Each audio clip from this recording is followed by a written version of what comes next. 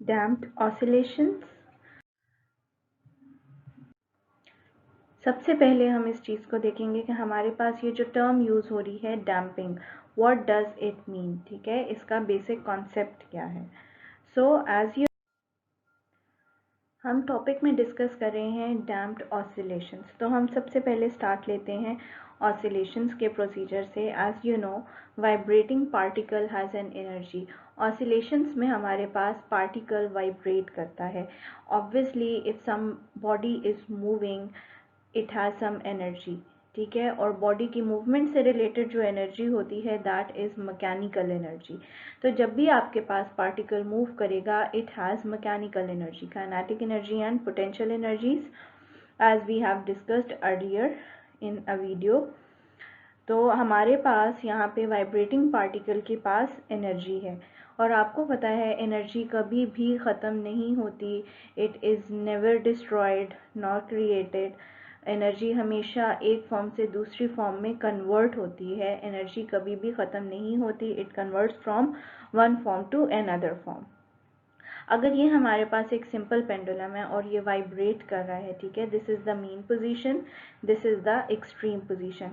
ये इन पोजीशंस में जब वाइब्रेट करेगा, मीन पोजीशन पे हमारे पास पेंडुलम की एनर्जी जो होगी वो काइनेटिक होगी। हाई पोजीशन के ऊपर, हाइट के ऊपर, इसकी एक्सट्रीम पोजीशन के ऊपर एनर्जी इसकी पोटेंशियल एनर्जी होगी।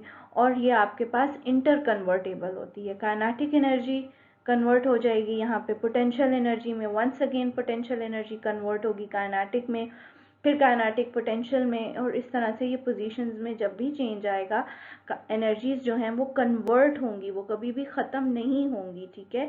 एनर्जी हमेशा एक फॉर्म से दूसरी फॉर्म में कन्वर्ट होती है। सो हमारे पास जब ये ऑसिलेशंस होंगी तो हमारे पास जो वेव फॉर्म बनती है वो ये बनती है, ठीक है। आपके पास ये जो डिस्टेंस है, ये एम्पलीट्यूड जो है ये शो करता है कि बॉडी ने कितना डिस्टेंस कवर किया from mean to extreme position, उसकी कितनी ज़्यादा डिस्प्लेसमेंट थी। ऑब्वियसली जितनी ज़्यादा फोर्स अप्लाई होती है, जितनी ज़्यादा एनर्जी होती है, एम्पलीट्यूड उस पर डिपेंडेंट है।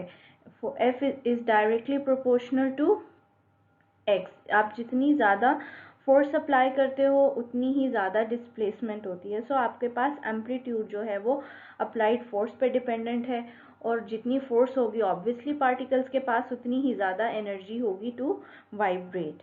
अब हमारे पास ऑसिलेशंस कंटिन्यूसली चलती रहती हैं, उनका एम्पलीट्यूड सेम रहता है, एनर्जीज सेम रहती हैं जब तक कोई फ्रिक्शनल फोर्स प्रेजेंट ना हो, कोई रेजिस्टिंग फोर्स प्रेजेंट ना हो।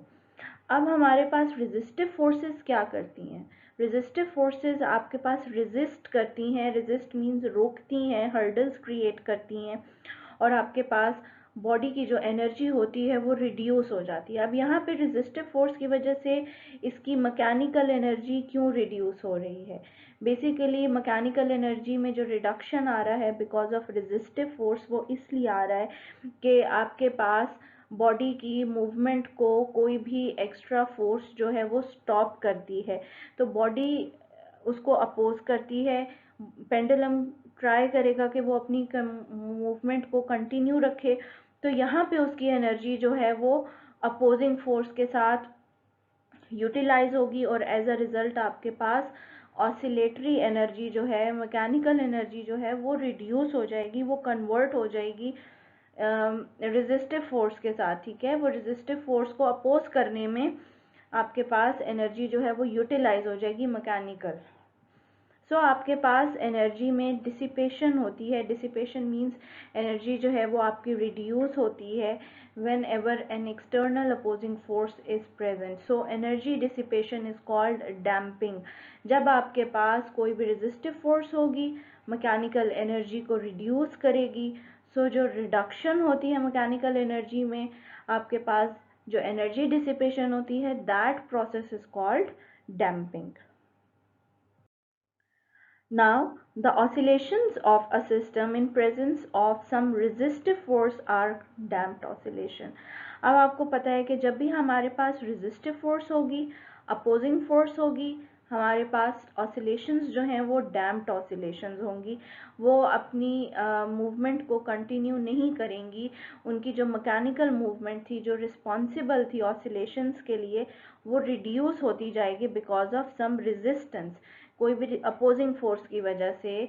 जैसे आपके पास एयर की फ्रिक्शन हो सकती है, in case of pendulum gravity हो सकती है, there are many frictional forces. So इनकी प्रेजेंस में कभी भी पेंडुलम जो है वो अपनी to and fro motion, simple harmonic motion को कंटिन्यू नहीं करता, बल्कि उसकी मैकेनिकल एनर्जी रिड्यूस हो जाती है और उसका जो एम्पलीट्यूड होता है वो रिड्यूस होता जाता है, और as a result you will get damped oscillation, और हमारे पास डैम्प्ड ऑसिलेशन आती है। फर्स्ट पॉइंट पे देखें, हमारे पास ये डिस्प्लेसमेंट हुई है, ये मीन पोजीशन है, ये एक्सट्रीम पोजीशन है। सेकेंड केस में हमारे पास रेजिस्टिव फोर्सेस प्रेजेंट थी, अपोजिंग फोर्स प्रेजेंट थी, फ्रिक्शनल फोर्सेस थी, जिसकी वजह से मैकेनिकल एनर्जी रिड्यूस हो गई और आपके पास एम्पलीट्यूड भी डिक्रीज हुआ है। थर्ड पे फर्दर आपके पास मैकेनिकल एनर्जी रिड्यूस हुई और एम्पलीट्यूड भी डिक्रीज हुआ। Same case in the fourth condition, आपके पास मैकेनिकल एनर्जी फर्दर डिक्रीज हुई, आपके पास एम्पलीट्यूड भी डिक्रीज हुआ। If you compare the amplitude in first case and in fourth case, there is a huge difference.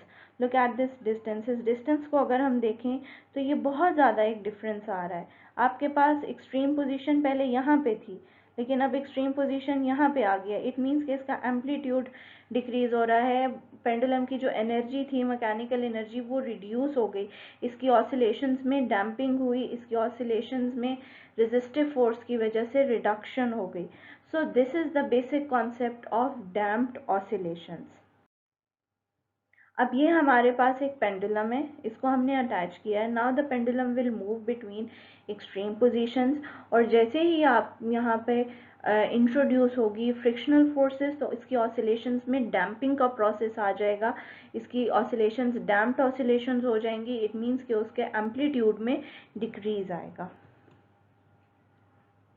ये pendulum को हमने extreme position से move करना शुरू किया, ये इसका मैक्सिमम एम्पलीट्यूड था, लेकिन with the passage of time resistive forces present हैं, तो इसकी ऑसिलेशंस डैम्प्ड ऑसिलेशंस थी, और ये डैम्पिंग के प्रोसेस की वजह से ऑसिलेशंस एक टाइम के बाद रिड्यूस होके ख़त्म हो गई।